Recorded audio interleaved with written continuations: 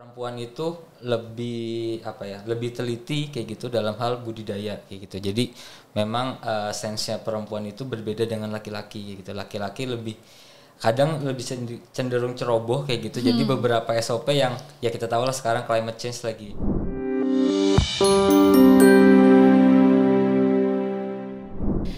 Halo, selamat datang semuanya di episode ke-6 Ngobrol Bareng Kita Bikin Paham di Invit TV.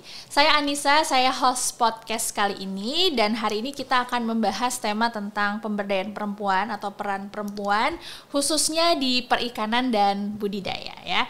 Untuk sekilas kita tahu sendiri teman-teman bahwa perempuan ini punya modal yang sangat besar, kemampuan yang juga sangat besar. Dari data United Nations sendiri menunjukkan ya bahwa Indonesia ini termasuk satu dari 3 negara yang punya tingkat pekerja perempuan tertinggi di dunia. Nah, ini hal yang luar biasa banget sebetulnya.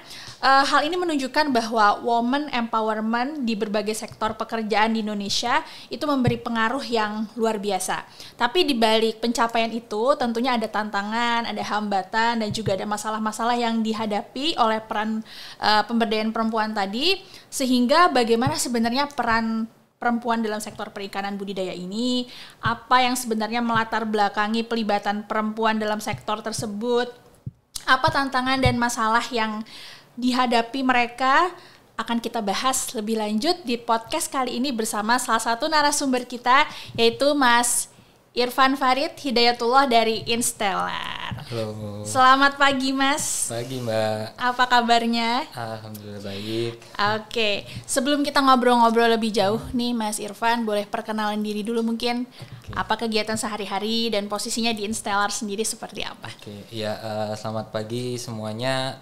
Perkenalkan aku Irfan, Impact Advisor Lead dari Instellar. Jadi Instellar itu sendiri kita enterprise support organization. Jadi kita membantu teman-teman dari social enterprise untuk bisa mengembangkan bisnisnya gitu. Jadi memang kita membantu mereka lewat beberapa kegiatan sih, kayak gitu. Ada pendampingan, ada inkubasi, ada akselerasi, dan pendampingan lainnya kayak gitu. Nah, jadi kalau aku sendiri di Impact Advisory, jadi kita ada di 3 divisi. Divisiku itu Impact Advisory, jadi kita lebih yang ke one-on-one consulting gitu sih, bantu untuk perusahaan-perusahaan atau organisasi yang mau mengembangkan bisnisnya. Berarti yang perlu di-highlight ini adalah social enterprise, sehingga bisa mengembangkan bisnis dari mereka juga ya. Benar. Jadi kita nggak cuma mengakselerasi secara profit, tapi sosialnya juga kita akselerasi. Keren banget ya. Tentu banyak hal juga yang dilakukan Instellar ya, Mas Irfan.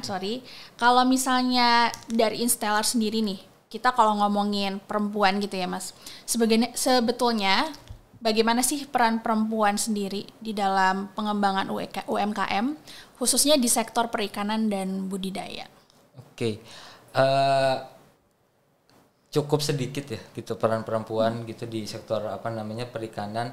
Mungkin yang lebih banyak peran perempuan itu di sektor perikanan itu di bagian produksi kayak gitu. Tapi itu untuk skala-skala yang perusahaan-perusahaan besar kayak gitu. Jadi memang di manufacture-nya gitu lebih banyak peran perempuan. Tapi kalau di sektor yang UMKM memang kebanyakan para bisnis ini masih skalanya household, jadi memang mereka mengembangkan bisnisnya dari skala keluarga. Jadi bapaknya sebagai kepala keluarga plus juga dia pemimpin di bisnis itu, jadi ya si bapak ini juga memberdayakan ibunya lalu juga anak-anaknya gitu. Jadi memang sedikit sekali peran perempuan di sektor, khususnya sektor perikanannya, seperti itu sih Mbak.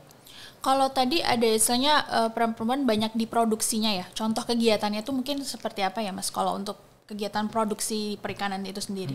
Nah itu mungkin biasanya di bagian company-company yang prosesor gitu, jadi dia membersihkan lalu juga mensortir ikannya sesuai dengan kualitas, sesuai dengan size-nya, jadi sesuaikan sama memang kebutuhan marketnya, jadi lebih banyak di sektor itunya. Tapi kalau untuk di sektor lapangan memang mayoritas masih didominasi oleh laki-laki sih Mbak. Berarti mungkin di posnya ya setelah ada penambakan atau pemancingan itu sendiri baru diolah oleh perempuan gitu ya. Kalau misalnya kita masih ngomongin ini tentang perempuan, tapi sebenarnya apa sih Mas urgensinya gitu ya kalau kita ngomongin pelibatan perempuan itu sendiri di sektor perikanan budidaya gitu. Kenapa kok harus kita pikirin gitu loh? Mungkin jadi pertanyaan semua juga gitu ya. Oke.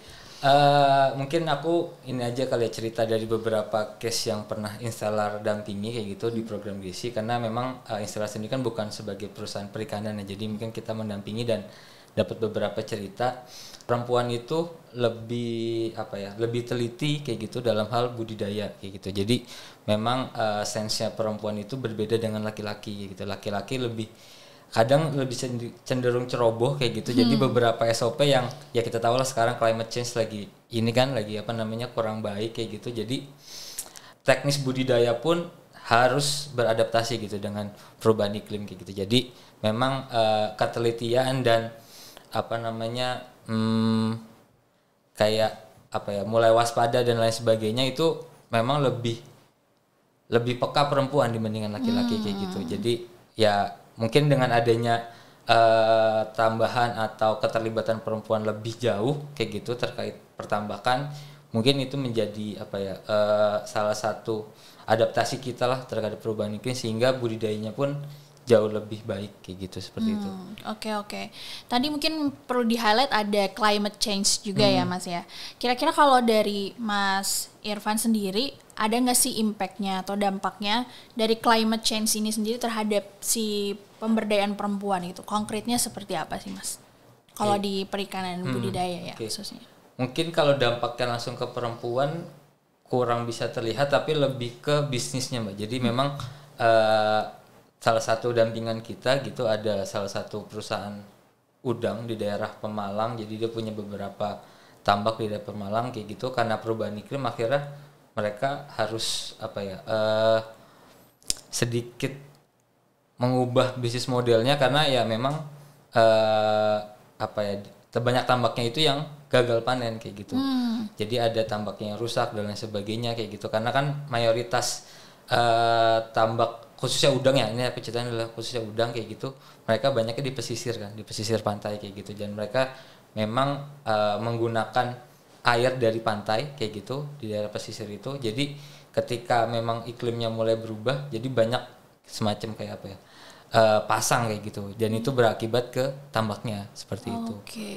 Ya itu. Saat menghadapi seperti itu, biasanya yang dilakukan oleh pengelola bisnisnya atau mungkin apa yang dilakukan oleh para pelaku-pelaku di lapangannya itu gimana tuh Mas? Ada cerita juga nggak menghadapi itu semuanya? Iya, itu sebenarnya karena faktor cuaca ya. Mungkin sebenarnya udah beberapa sih kalau aku dengar di program GRESI kayak gitu, lewat program GRESI ada beberapa support dari pemerintah khususnya BMKG. Jadi dia sudah menginformasikan gitu ke petambak terkait perkiraan cuaca dan lain sebagainya seperti itu. Jadi mungkin balik lagi karena keterlibatan perempuan belum sampai ke sana kayak gitu. Jadi kebanyakan ya dia tadi ya di pos produksinya kayak gitu. Jadi di bagian produksinya sendiri keterlibatannya kurang. Jadi kepekaan dan ketelitian dan juga teliti itu harus bisa mulai lebih tinggi sih Mbak kayak gitu. Jadi si para yang bisnisnya belum banyak melibatkan perempuan kayak gitu, dari sektor teknis, sisi teknisnya mungkin bisa mulai untuk mengajak gitu, karena ya mungkin perempuan lebih teliti kayak misalnya prediksinya ntar sore hujan kayak gitu, hujannya mungkin skalanya besar atau seperti apa. Nah itu kan pasti ada treatment khusus tuh kayak gitu. Nah kebanyakan laki-laki itu kurang memperdulikan sih kayak gitu, yang hal-hal semacam kayak gitu. Jadi agak susah ketika memang di sektor pertambakan gitu, perikanan, yang memang lebih baik mencegah dibandingin menanggulangi. Karena kalau udah kena penyakit, udah kena gitu, potensi untuk berhasilnya agak kecil sih Mbak. Kalau dengar dari cerita teman-teman, lebih baik yaitu mulai mengantisipasi lah kayak gitu. Antisipasi supaya nggak terjadi gagal panen juga ya saat terjadi cuaca yang buruk misalnya, seperti itu. Oke Mas, kalau dari Instelar sendiri nih untuk mendukung pemberdayaan perempuan di bidang perikanan budidaya ini, kira-kira apa aja sih yang dilakukan dan apa harapannya atau outputnya dari aktivitas-aktivitas tersebut atau program tersebut gitu? Mungkin boleh diceritain. Oke, iya, aku mungkin cerita dari sisi GRESI. Jadi kita juga tergabung di Mitra Grisi. Jadi Grisi itu memang ada 2 fokus. Pertama ada gimana caranya perusahaan-perusahaan di Indonesia ini mulai mengadopsi konsep women economic empowerment kayak gitu, dan juga climate change resilient kayak gitu. Dan kita membantu untuk mencapai visi tersebut kayak gitu. Installer membantu visi tersebut. Jadi kita tahun lalu kita mendampingi 5 UKM kayak gitu. Kita membantu 5 UKM di sektor, khususnya sektor udang ya kayak gitu, perikanan, tapi si komoditinya udang kayak gitu. Jadi itu salah satu bentuk kita untuk bisa mengajak para perusahaan-perusahaan ini mulai untuk mengadopsi konsep women economic empowerment. Nah, singkat cerita suaminya meninggal kayak gitu. Akhirnya Bu Eni ini tidak punya penghasilan. Kayak gitu, dan akhirnya dia harus bertahan dengan diri sendiri gitu ya. Bertahan dengan diri sendiri, harus mencukupi keluarga dan anak-anaknya bersekolah.